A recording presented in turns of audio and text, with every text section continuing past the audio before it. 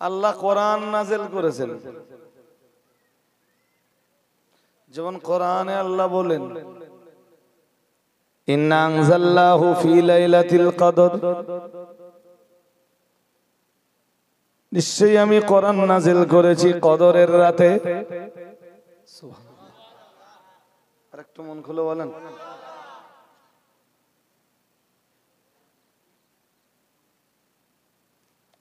কোরআন কেন নাযিল করেছেন? আল্লাহ। কোন রাতে? কদরের রাতে। তো নাযিলের মানে কি?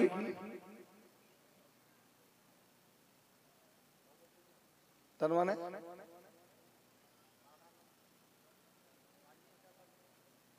পাঠিয়েছে।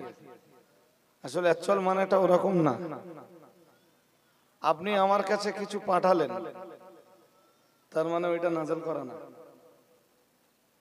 পরে ওইটা ঘুরিয়ে বলতে পারবেন না যে আমি নাযিল করেছি। আমি আপনাকে কিছু পাঠালাম, আমিও বলতে পারবো না যে আমি নাযিল করেছি।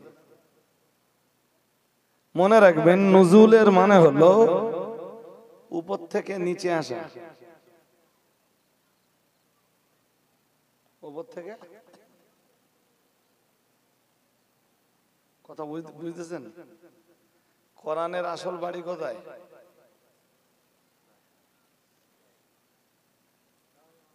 বল হুয়া কুরআনুম মাজিদ, বল হুয়া কুরআনুম মাজিদুন ফি লাওহিম মাহফুজ। মহান আল্লাহ জানিয়েছেন, বরং এই কোরআন সুরক্ষিত ছিল লৌহে মাহফুজে। আর একটু মন খুলে বলেন, তাহলে কোরআনের বাড়ি কোথায়?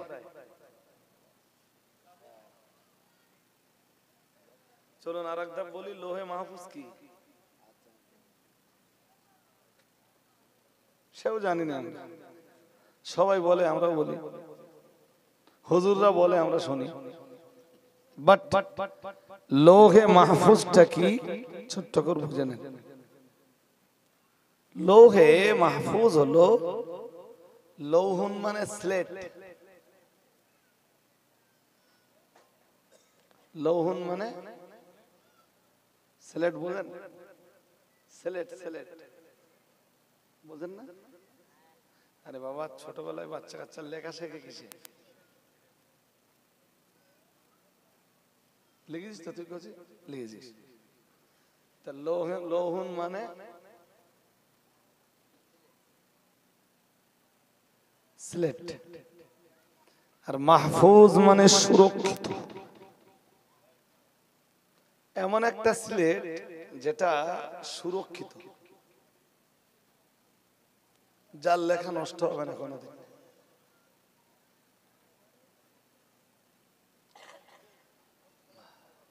মৌলবীরা অনেকে বলে আজ করতে করতে, আপনাদের মন খুব স্থির হতে হবে।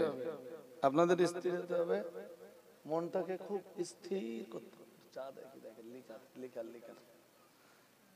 তো মন স্থির না হলে এই কথা বুঝবেন না। বলো, আপনারা মৌলানাদের কাছে অজে শুনেছেন আল্লাহ লৌহ সৃষ্টি করেছেন, কলম সৃষ্টি করেছেন, করেছেন না? করেছেন। লৌহ, এই লৌহটা হলো, এই লৌহ মানে লোহা নয়, লাওহন মানে স্লেট, আর মাহফুজ মানে সংরক্ষিত বা সুরক্ষিত, সুরক্ষিত একটা স্লেট, যাতে আল্লাহ तमाम সৃষ্টির তকদির লিখে রেখেছে। কি লিখে রেখেছেন বলেন? কাদের তকদির? तमाम সৃষ্টির তকদির সব আল্লাহ ওতে লিখে রেখেছে। সুবহানাল্লাহ। আপনি ধনী না গরিব? ওর লেখা আছে। ওখানে যদি গরিব লেখা থাকে তো আপনি হাজার চেষ্টা করবেন, চেষ্টা করার পরও আবার গরিবতার জায়গায় ফিরে আসবে, কিচ্ছু করেন না, ওখানকার লেখা বদলাবে না, ওই জন্য মাহফুজ, ওই জন্য কি, ওই জন্য ওটাকে বলে মাহফুজ, ওর কিচ্ছু বদলাবে না, কোরআন ওখানে ছিল।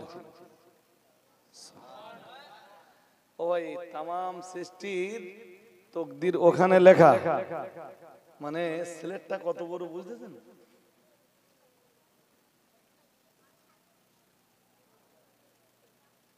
বুঝতেছেন না? যারা কবরে চলে গেছে ওদের সবার তকদির লেখা ছিল, আমরা যারা আছি আমাদের তকদির লেখা আছে, আমাদের পরে যারা আসবে ওদের তকদির লেখা আছে, সকলের তকদির লেখা আছে ওই সিলেটে। সিলেটটা ছোট, ছোট সিলেট, হ্যাঁ, আর এ মরে যাচ্ছে, এটা মুছে ফেলা হবে না তো সুরক্ষিত। কি আমি মরে যাচ্ছি, আমারটা মুছে ফেলা হবে না?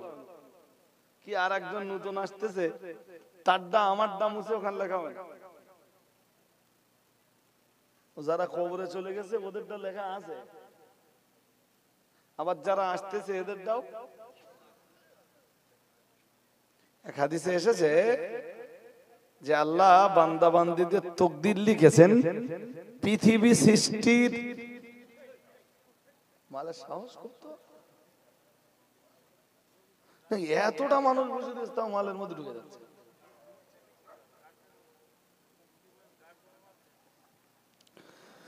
পৃথিবী সৃষ্টির 50,000 বছর আগে আল্লাহ এই তকদির লিপিবদ্ধ করেছেন। কত বছর বলুন তো? কিসের 50? আপনার আমার সৃষ্টির না বলো? এই যে পৃথিবীতে আপনি বাস করছেন, এই পৃথিবী সৃষ্টির 50,000 বছর আগে আল্লাহ আমাদের তকদির লিখেছেন ওই সিলেটে।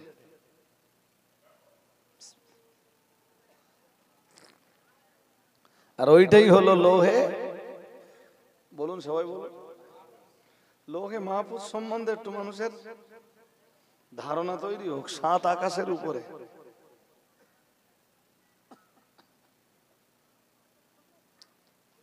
ফাওকা সামাইস সাবিআ, 7 আকাশের উপরে সে। নরেন্দ্র মোদী পৌঁছতে পারবে? কত বলেন? আমরা পারবো? হ্যাঁ, যেটা বদলে দেওয়ার ক্ষমতা কারোর নেই। তো কোরআন ওখানে ছিল, কোরআন ওখান থেকে আল্লাহ নাজিল করেছেন দুনিয়ায়। আর একটু মন খুলে বলেন। অথবা ওখান থেকে দুনিয়ার আকাশে, আর দুনিয়ার আকাশ থেকে রাসূলের কাছে। সুবহানাল্লাহ। কি বলেছি? ওখান থেকে দুনিয়ার আকাশে, আর দুনিয়ার আকাশ বলতে প্রথম আকাশ। আর এই প্রথম আকাশ থেকে আমাদের রাসূলের কাছে কোরআন নাযিল হয়েছে। কি বুঝলেন? কোরআন উপর থেকে নিচে আসতেছে তো? হ্যাঁ না বলে? আমি যেটা বোঝাচ্ছিলাম সেটা ভুলে যাইনি গো। এবার বলুন, নাজেলের মানে উপর থেকে নিচে আসা। আমি এত খেটতেছি কেন? এবার বুঝুন, কোরআন বলছে ইয়া বানি আদামা কদ আনজালনা আলাইকুম লিবাসান। মহান আল্লাহ জানিয়েছেন, হে আদম সন্তানের দল, কদ আনজালনা আলাইকুম লিবাসান, নিশ্চয়ই আমি আল্লাহ তোমাদের জন্য পোশাক নাজিল করেছি।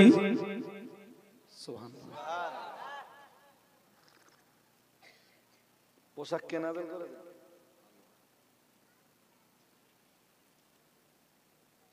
এই পোশাক নাজিলের আবার তাফসীর আছে। আচ্ছা, এই বাস্তব চোখে আমরা কি দেখি বলুন দিন? পোশাক দর্জিরা বানায়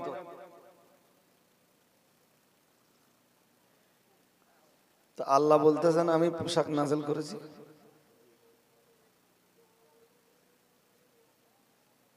এই কথাটা বুঝতে হবে, এই দুটো কথার তারতম্য। আল্লাহ বললেন পোশাক আমি, আর আমরা চোখে দেখছি পোশাক দর্জিরা। ঠিক কোনটা?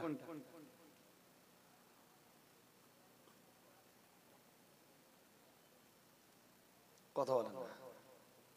ওদিকে দেখলে হবে না। শ্রোতা যারা, আমি কি বলেছি একটু আগে, বলেছি যারা আসছে ওদের কোথাও না কোথাও জায়গা হয়ে যাবে। ওই পিছনের দিকে একটু জায়গা আছে, একটু এগিয়ে যান তো, বিষয়টা একটু আঁচ করুন আপনারা। আর নইলে বারবার এই হুড়ুহুড়ি হলে বলে বোঝাতে পারবো না। এখন অনেক কথা বাকি, তো সবে তো স্টার্ট। একটা বলেছি কোরআনের কথা, যেটা মিথ্যা হওয়ার কোনো সম্ভাবনাই নেই, যে আল্লাহ বলেন আমি পোশাক ওপর থেকে নিচে নাযিল করেছি, অথচ চোখে দেখছি পোশাক মানুষ বানাচ্ছে।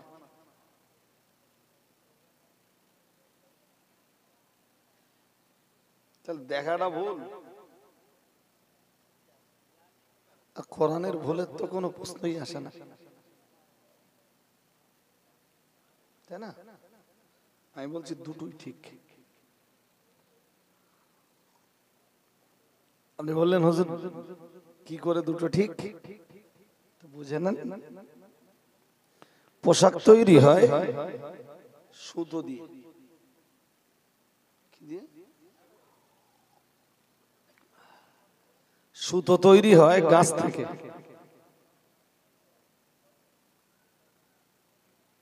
হ্যাঁ না কিছু বলে? সুতো কোথাতে তৈরি হয়?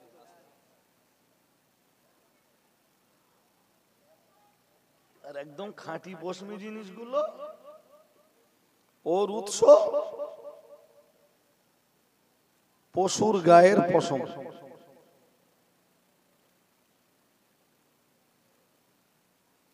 পশুর গায়ের।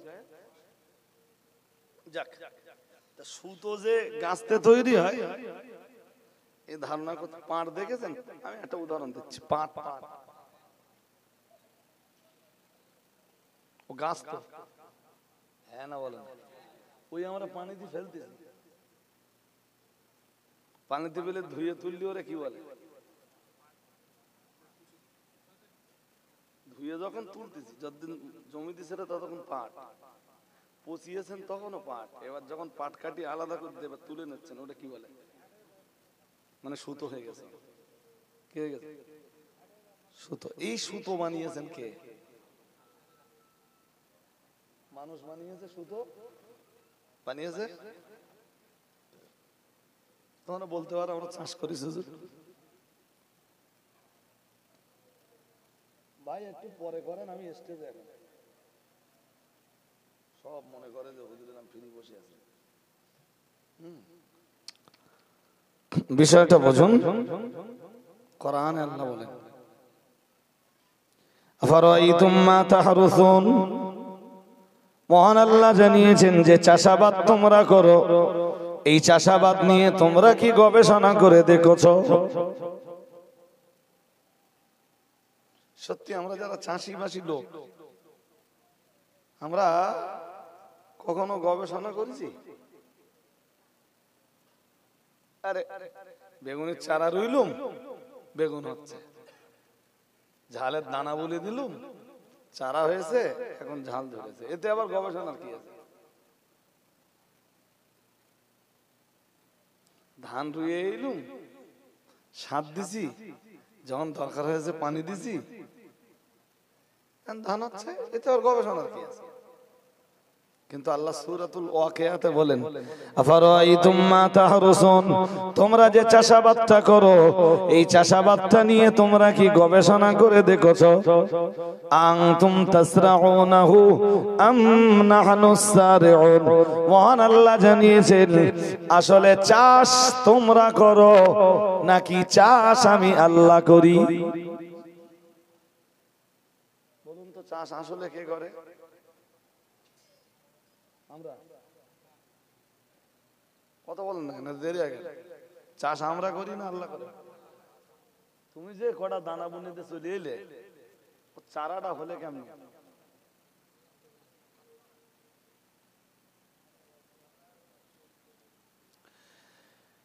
জি, আল্লাহ ওইটাই বলতেছেন, আনতুম তাজরাউনাহু, ওটাকে চাষ তোমরা করো, আম নাহনুস সারিউন, না আসল চাষ আমি করি?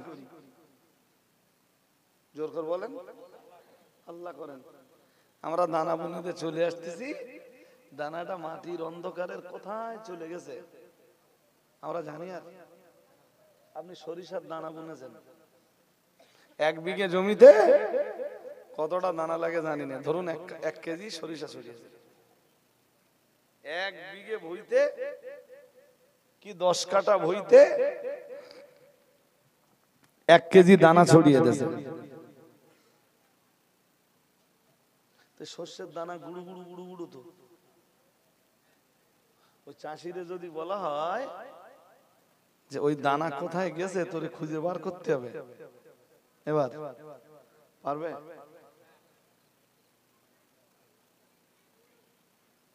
কিন্তু কোন দানাটা কোথায় পৌঁছেছে, কোন ডেলার তলায় আছে, সবকিছুর খবর আমার আল্লাহর কাছে আছে। আর নইলে তিনি ওর থেকে চারা ফোটাতে পারবেন?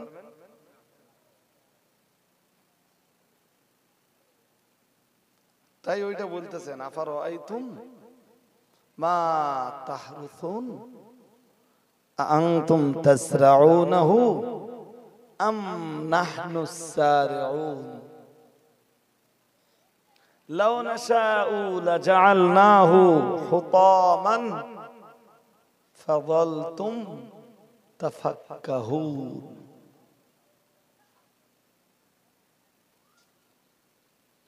কথা শুনছেন নাকি? এসব কোরআনের কথা। কেন এসব বলতেছেন আল্লাহ কোরআনে? এই আলাদা আলাদা হয়ে বসছ,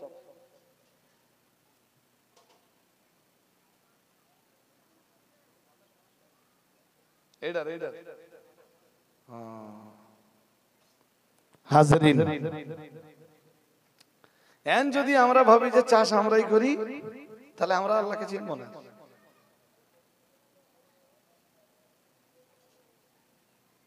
আর যেদিন ভাববো যে চাষ আমি করি না, চাষ আসলে আল্লাহ করে, আমি দানা ছড়িয়ে চলে আসি, চারাবার করেন আল্লাহ।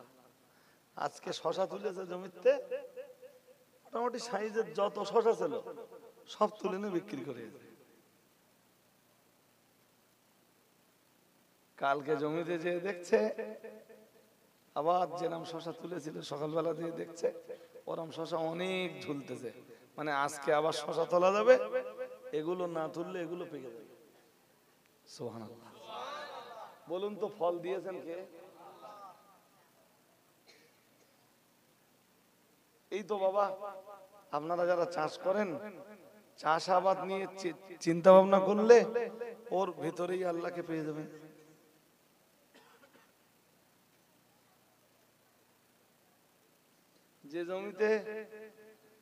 যে জমিতে তেঁতুলের চারা, সেটা তেঁতুল গাছের গলা দিয়ে আর একটা গাছ বেরিয়েছে, খেজুর গাছ। তেঁতুলের পাতাও কি টক টক লাগে? কত বড় টক লাগে। আর যেখানে তেঁতুল গাছের গড়া একদম ওর পাশেই আর কি 1 বিঘে দূরে খেজুর গাছের গড়া। খেজুর গাছ থেকে যে রস বেরোচ্ছে, রসটা মিষ্টি। সুবহানাল্লাহ। বাড়িকে বলবেন না, এখন আর বলে কি হবে?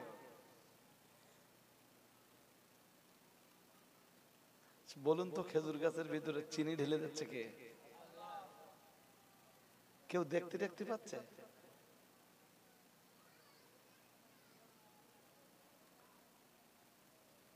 সেদিন সকালবেলা আমার বাড়ি সে ডাবলা এসে ডাব দিতে, ডাব তো ডেলি খাই, কমপক্ষে একটা।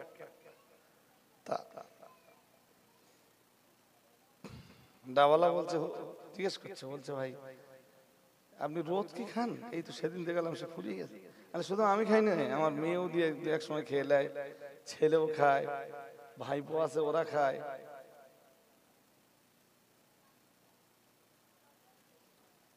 আচ্ছা আপনাদের তো নিয়মটা ভালো। নিয়ম নিয়ম টিয়ম জানি না, জানি এইটা যে ডাব এমন একটা জিনিস এখনো পৃথিবীতে যার বিকল্প নেই, যাতে ভেজাল নেই।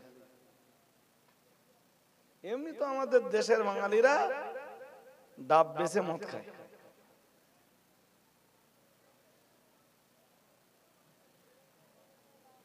কথা বুঝতেছেন না? ডাব বেচে খেতে অনেকগুলো ডাব গাছ আছে, দিলে ডাবগুলো বিক্রি করে, ডাবগুলো বিক্রি করতে সন্ধ্যাবেলা মদ কিনে খাচ্ছে। আমার ঘরের মা বোনদের দেখবেন, মায়েদের বোনেদের দেখবেন, মা বোনরা যেটা করে মুরগির ডিমগুলো বিক্রি করে দেয়। চাচির নিজের শরীর খারাপ, ডিম চাচি নিজে খাবে না। কি বোঝে কিসে কি হয়? আপনারা গাছের ডাব বিক্রি করে দেন তো? হ্যাঁ না, তো গাছ রুইয়েছেন কেন? কেটে ফেলে।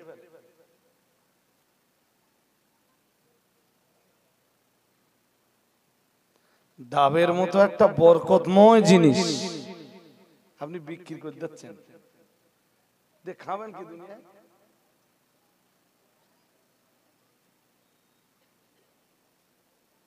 কি অবাক হওয়ার বিষয়।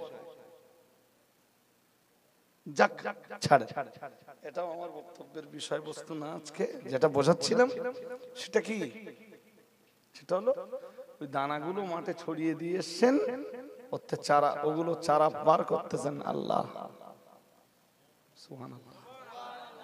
বলুন তো আকাশের পানি বন্ধ? কোরআনে, কোরআনুল কারীমে আল্লাহ আকাশের পানির কথা এক জায়গায় বলেন। আমি 3 জায়গা থেকে বলছি আপনাকে। কোরআনে আছে তো বহু জায়গায়, আমি জাস্ট কয় জায়গা থেকে বলছি? 3 জায়গা থেকে বলছি। প্রথমটা সূরা বাকারা 22 নম্বর আয়াত। কি আছে 22 নম্বরে জানেন? জানেন না? আল্লাযী জাআলা লাকুমুল আরদা ফিরাশা। মহান আল্লাহ জানিয়েছেন, হে মানব মণ্ডলী, তোমরা ইবাদত করো তোমাদের সেই রবের, যিনি জমিনটাকে তোমাদের জন্য বানিয়েছেন বিছানা। আরেকটু মন খুলে বলেন, এই জমিনটাকে তোমাদের জন্য বানিয়েছেন কি? বিছানা। বিছানাটা চল কি? আরামের জায়গা। বিছানাটা চল কি? হ্যাঁ, তো দুনিয়াটাকে যিনি তোমাদের জন্য বানিয়েছেন আরামের জায়গা।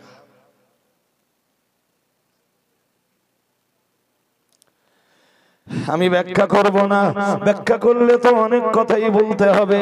মহান আল্লাহ আবার জানিয়েছেন, আল্লাযী জাআলা লাকুমুল আরদা ফিরাশা ওয়াস সামাআ বিনাআ।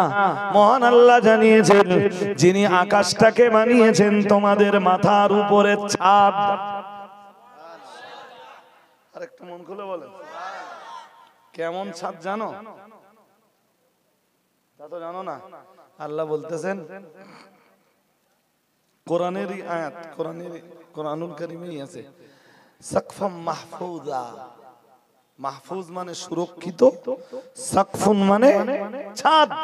আল্লাহ বলতেছেন এই আকাশ হলো একটা সুরক্ষিত ছাদ।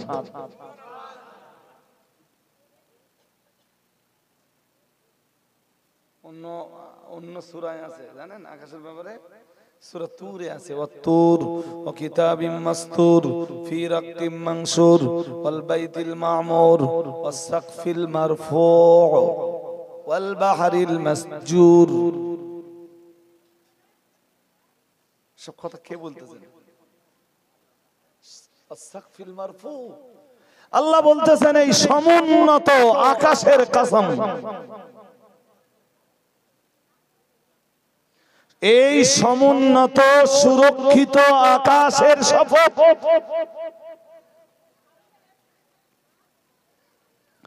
তোমরা জানো না বান্দা আকাশ আমি কিভাবে বানালাম?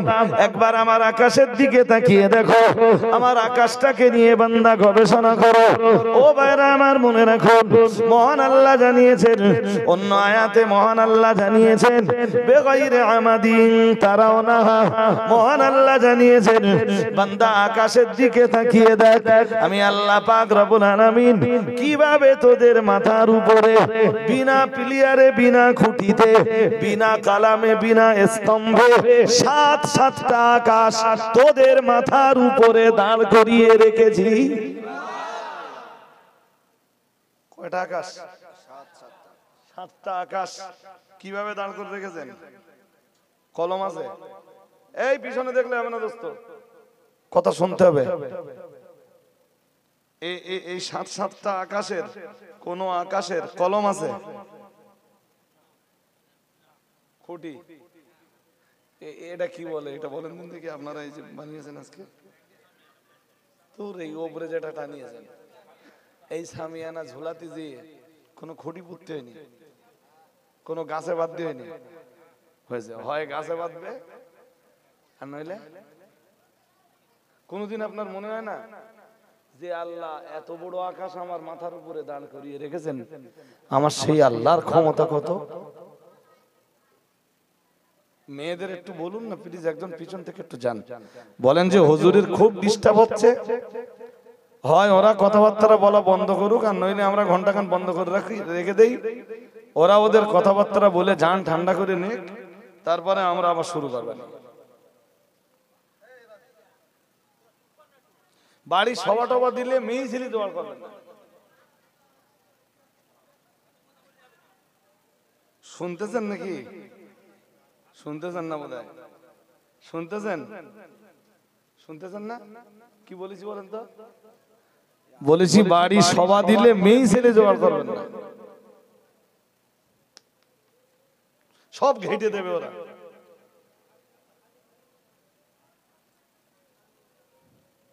এই যে আপনারা এতটা মানুষ বসেছেন একটা ঘরোয়া জলসায়, আপনাদের সময়ের একটা দাম আছে। আর আমিও জানেন ডাক্তারের কাছে ডাক্তার না দেখিয়ে চলেছি,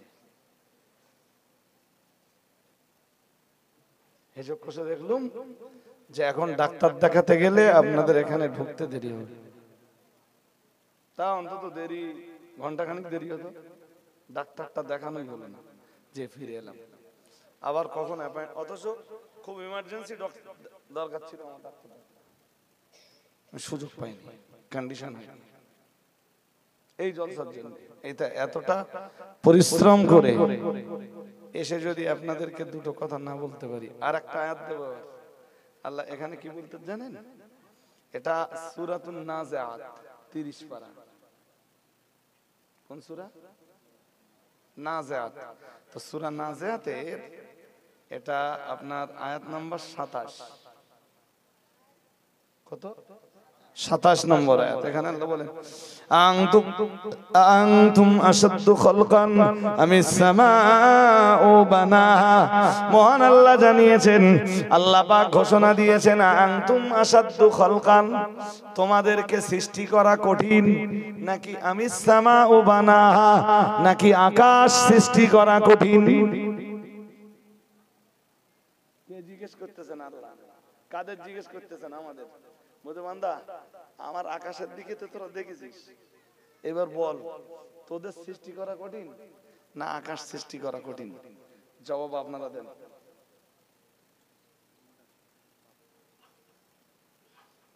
আল্লাহর কাছে কঠিন কোনটা না, বাট আমাদের হিসাবে কঠিন কোনটা? আমার কথা বুঝিনি বোধহয়। আল্লাহর কাছে কোনটা কঠিন আছে? আল্লাহ বলতেছেন তোদের ফয়সালা কি, তোদের বিচার কি, তোদের মন কি বলে, তোদের বিবেচনা শক্তি কি বলে, তোদের হিসাব কি বলে, তোদের অঙ্ক কি বলে? তোদেরকে সৃষ্টি করা কঠিন না আকাশ সৃষ্টি করা কঠিন? আকাশ সৃষ্টি করা। যদি আকাশ সৃষ্টি করা কঠিন হয়ে থাকে তাহলে তোদের সৃষ্টি করেছি, মেরে ফেলবো, আবার একদিন জিন্দা করব তোদেরকে, সেটাও আমার জন্য সহজ। হ্যাঁ না বল না, ওর পরেই তো ওইসব কথা রয়েছে আবার, যে আমি আবার তোদের জিন্দা করবো। মানুষ মরে গেলে কবরে রাখতে যাচ্ছেন, আর কবরে শুইয়ে দিচ্ছেন, মাটি দিচ্ছেন, আর তো বলতেছেন সবাই মিলে মিনহা খালাকনাকুম ওয়া ফিহা নুঈদুকুম ওয়া মিনহা নুখরিজুকুম তারাতান উখরা। মহান আল্লাহ জানিয়েছেন মিনহা খালাকনাকুম, এই মাটি দিয়েই তোমাদেরকে সৃষ্টি করেছিলাম। এই আয়াতের তাফসীর আপনারা জানেন না, অযথা এই আয়াত ঘেটে আজকে লাভ নেই। এটা সূরা তাহার 55 নম্বর আয়াত। মিনহা খালাকনাকুম ওয়া ফিহা নুঈদুকুম ওয়া মিনহা নুখরিজুকুম তারাতান উখরা। এই মাটি দিয়ে সৃষ্টি করেছিলাম, এই মাটিতেই ঢুকিয়ে দিচ্ছি, এই মাটির থেকেই বার করব আবার। কে বলতেছেন? আল্লাহ। পারবে না?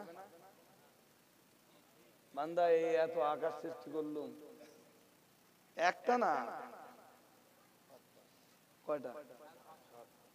7টা আকাশ, 7টা আমরা দেখতে পাই। হ্যাঁ, তাও দেখতে পান কই? বিমানে চেপেছেন? বিমানে চেপেছেন? চাপেননি। বিমানে যদি কখনো জানালার ধারে সিট টিট পড়ে, যখন একদম পুরো উঠে যাবে, ধরুন ও যখন যদি আপনার ইন্টারন্যাশনাল হয় বিমান, তা ধরুন ওরে বলে দিলে যে 32,000 ফুট ওপর দিয়ে চলবে, কত ও রুট পেয়ে গেল, 32,000 ফুট উপরে উঠে গেল, ও রুট পেয়ে গেল। ও রুট পাওয়ার পরে একদম ও পুরো স্থির হয়ে যাবে। যে ওর কোনো যদি ও কুয়াশা না পায়, মেঘ না পায়, তো মনে করবেন যে আপনি একটা ঘরের ভিতরে বসে আছেন, শুধু বিমানের আওয়াজটা হবে, কত স্পিডে চলছে, কত গতিতে চলছে, আপনি কিচ্ছু আন্দাজ করতে পারবেন না, মনে হবে একটা ঘরের ভিতরে বসে আছে।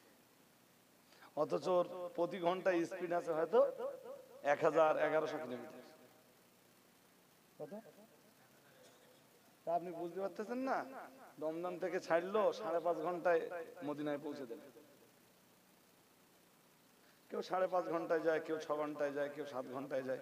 ও কিছু বলার নেই ভাই, ও তো মহাশূন্যের ব্যাপার। ধরুন ও 32,000 মানে ফিট ওপর দিয়ে চলছিল, ও যেতে যেতে দেখলো ওর পথে কুয়াশা আটকাচ্ছে। ও হয় একটু আপে উঠবে, নইলে একটু ডাউনে নেমে দেখবে সেখানে কুয়াশা আছে কিনা, সেখানে মেঘ জন্মাচ্ছে কিনা। আমার কথা কি বুঝতেছেন নাকি? আবার ও এত বেশি উপরে উঠবে না, যেখানে উঠলে যেখানকার তাপ সইবার মতো ক্ষমতা মানুষের নেই। এই মাথার উপরে এমন একটা স্তর আছে, যে স্তরে গেলে মানুষ সূর্যের তাপ সহ্য করতে।